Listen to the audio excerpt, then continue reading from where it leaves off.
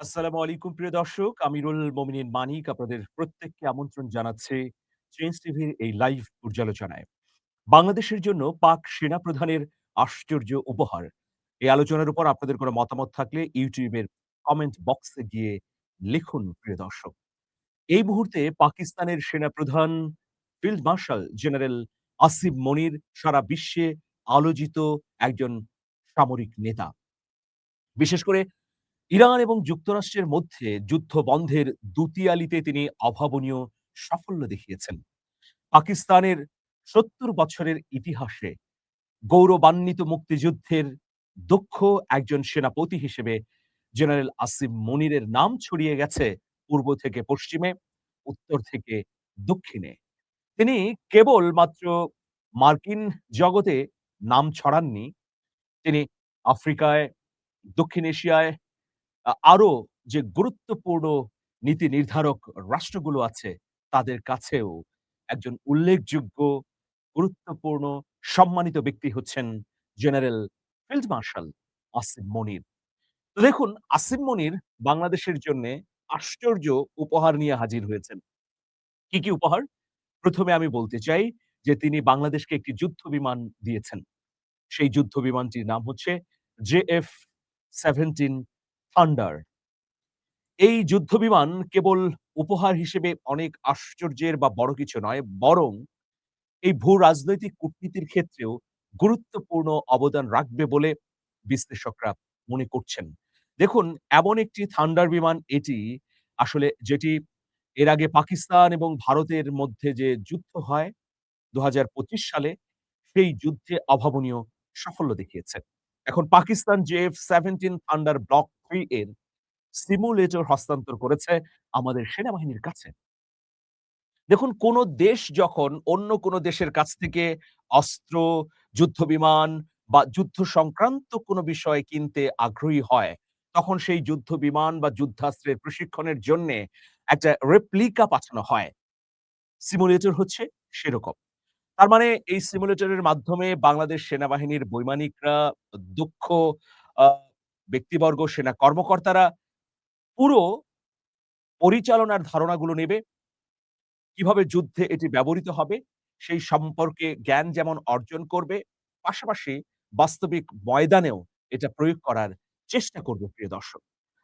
সেই কারণে অত্যন্ত গুরুত্বপূর্ণ এটা আ বিষয়। এটিকে কেবল একটি সাধারণ উপহার হিসেবে দেখার কোনো সুযোগ নেই, বরং বিমান ক্রয়ের চূড়ান্ত চুক্তির আগের একটি বড় প্রস্তুতিমূলক পদক্ষেপ। তো সেনাপ্রধান জেনারেল আসিম মনিরের একান্ত আগ্রহ এবং ইচ্ছায় বাংলাদেশকে তিনি JF-17 থান্ডার ব্লক 3 সিমুলেটর দিয়েছেন।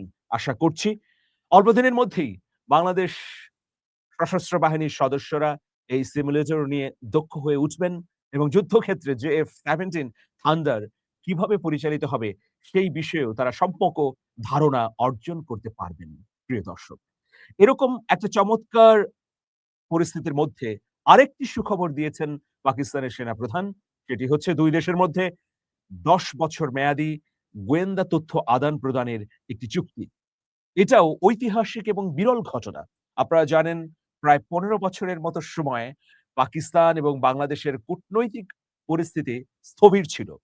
অন্তর্বর্তীকালীন সরকারের সময় থেকে এই পরিস্থিতি শীতল থেকে উষ্ণতার দিকে যাওয়া শুরু করে।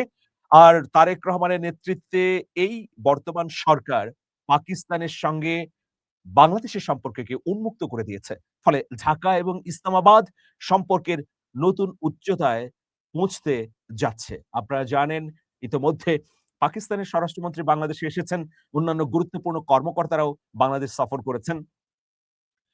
২ দেশের মধ্যে সম্পর্ক আরো কিভাবে বাড়ানো যায়, বাণিজ্যিক বিস্তৃতি ঘটানো যায়, বাংলাদেশ থেকে কোন, কোন পণ্য আমদানি করতে পারবে ইসলামাবাদ, বাংলাদেশের সঙ্গে কি, কি বিষয়ে যৌথভাবে কাজ করতে পারবে, সকল বিষয়ে নানা ধরনের আলাপ আলোচনা এবং চুক্তির কাছাকাছি পৌঁছে গেছে ইসলামাবাদ এবং ঢাকা। এটা অত্যন্ত গুরুত্বপূর্ণ। আপনারা সবাই জানেন যে পাকিস্তান একটি গণতান্ত্রিক রাষ্ট্র হলেও সেই রাষ্ট্রের সরকার পরিচালনার ক্ষেত্রে বা রাষ্ট্র ব্যবস্থায় সেনাবাহিনী খুব গুরুত্বপূর্ণ নিয়ামক শক্তি। কারণ সেনাবাহিনীর ইচ্ছের বাইরে কোন রাজনৈতিক দল সেই দেশটিকে শাসন করতে পারে না। এটি এটা একটা নির্মম বাস্তবতা। তো সেই বাস্তবতার মধ্যে বর্তমান পাকিস্তানের সেনাপ্রধান জেনারেল আসিম মনির অত্যন্ত গুরুত্বপূর্ণ দায়িত্ব পালন করছেন।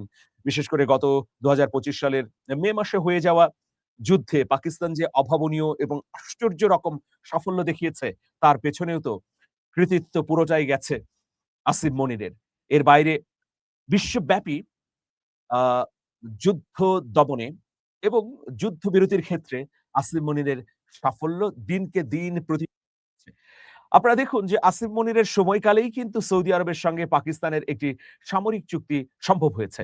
দীর্ঘদিন ধরে এই ধরনের আলোচনা পাকিস্তান, সৌদি আরবের মধ্যে থাকলেও আসিফ মনির এটাকে সফলতার দিকে নিয়ে গেছেন। এরপর ইরান, মার্কিন যুক্তরাষ্ট্র এবং ইসরায়েলের মধ্যে যে অসম যুদ্ধ, সেই যুদ্ধ থামাবের জ সেই যুদ্ধ থামাবার জন্যেও আসিফ মনির দুতিয়ালির ভূমিকা পালন করে প্রশংসিত হয়েছেন। তো সবকিছু মিলিয়ে সেই আসিম মনিরই এখন বাংলাদেশকে সামনে রেখে তার যে পরিকল্পনা, তার স্বপ্ন এবং ২ দেশের মধ্যে সম্পর্কের অনন্য উচ্চতা সেটিকে বাস্তবে দেখতে চাইছেন। এক্ষেত্রে ঢাকার যে গতি প্রকৃতি আমরা দেখছি সেটিও আশাব্যঞ্জক। মনে হচ্ছে যে ঢাকাও আগ্রহী হয়ে উঠেছে আসিফ মনিরের প্রস্তাব বা আকাঙ্ক্ষার পরিপ্রেক্ষিতে। দেখা যাক এই সম্পর্ক কতদূর গড়ায়। দেখুন ১০ বছর মেয়াদী গোয়েন্দা চুক্তি অথবা আ বাংলাদেশ কর্তৃক পাকিস্তানের JF-17 থান্ডার ব্লক 3 ক্রয়, এগুলোর বাইরে আরেকটি গুরুত্বপূর্ণ বিষয়ে বাংলাদেশ অনেক দূর এগিয়ে গেছে। সেটা হচ্ছে যে সন্ত্রাসবাদ দমনে ২ দেশের সহযোগিতামূলক MOU বা চুক্তি। তো দেখুন সন্ত্রাসবাদ দমনের ক্ষেত্রে পাকিস্তানের সঙ্গে আমাদের কেন চুক্তি হবে? এর পেছনে আবার কারণও রয়েছে। সাম্প্রতিক সময়ে তেহরিকে তালেবান পাকিস্তান টিটিপি নামের একটি জঙ্গি গোষ্ঠীর প্রভাব বাংলাদেশে বৃদ্ধি পেয়েছে। আমাদের সশস্ত্র বাহিনীই হোক অথবা পুলিশ বাহিনীতে হোক, এই আ উগ্রবাদী সংগঠনের সদস্যদের পাওয়া গেছে। তাদের মতাদর্শের অবস্থান এখানে আছে বলেই ধারণা করা হচ্ছে এবং গোয়েন্দা তথ্যগুলো সেটাই বলছে। দেখুন টিটিপির বিরুদ্ধে পাকিস্তানের সরকার ধারাবাহিকভাবে লড়াই করছে। বিশেষ করে বেলুচিস্তান এবং আরো বেশ কটি রাজ্যে এই টিটিপি বিভিন্ন সময়ে ভয়াবহ হামলা করছে, মানুষ হত্যা করছে, প্রশাসনকে জিম্মি করার অপচেষ্টা করছে। তো সেইরকম প্রেক্ষাপটে টিটিপির মতাদর্শের সদস্যরা পুলিশের মধ্যে কিভাবে ঢুকলো বাংলাদেশের? আবার বাংলাদেশের সশস্ত্র বাহিনীর কোন সদস্য কিভাবে জড়ালো? এটা তো একটা উদ্বেগের বিষয়। এক্ষেত্রে অন্য তৃতীয় কোন রাষ্ট্র কলকাঠি নাড়ছে কিনা? সেটিও তো ভাববার বিষয়।